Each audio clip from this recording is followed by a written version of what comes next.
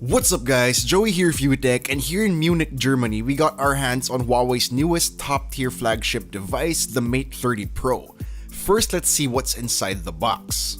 First up, we have the phone itself, then a smaller box that has the SIM ejector tool, then we have the supercharger, USB-C cable, and a pair of earphones. For the most part, in the hands, the Mate 30 Pro feels like a slightly thicker P30 Pro. The metal and glass design feels rock solid and is exactly what we would expect from the Mate series.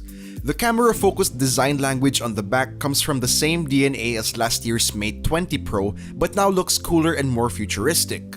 This one we have here is in the space silver color that doesn't have an exact look. It absorbs the ambient color of the environment it's in, so what you're seeing here may not be what you'll see in person, which I think is really cool.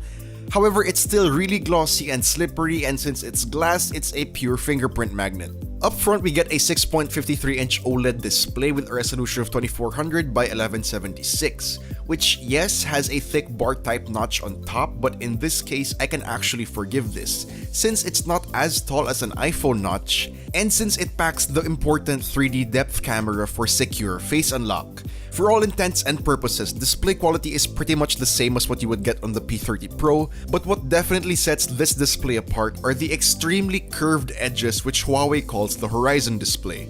It gives a literal edge-to-edge viewing experience, and granted, it's not the first time we've seen it. Oppo and Vivo were the first to showcase it, but it's still really cool. Not only does this make the phone look really futuristic and pretty much eliminate the side bezels, but this allows for the removal of the physical volume buttons. The power button is still physical, which is on the right side, but the volume buttons are now virtual keys on the side of the screen.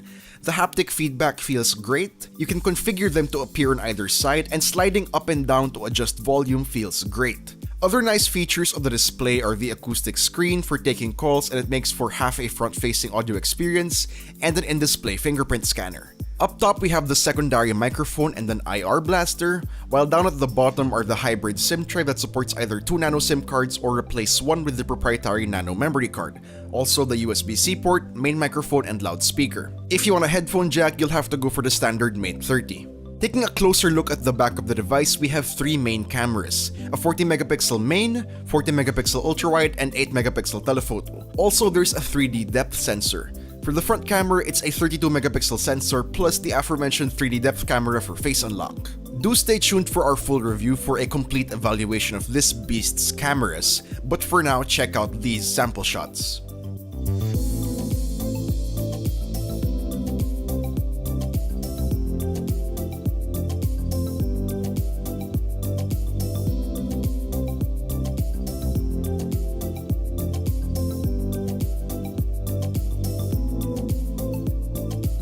Rounding out the specs, we get the latest 7nm Kirin 990 chipset that has the new GPU turbo. We got 8GB of RAM and 256GB of internal storage. And for battery, a 4500 mAh cell with support for 40W supercharge, 27W wireless supercharge, and reverse wireless charging. And note, the phone we have for this video is the Chinese 4G version, not the 5G version.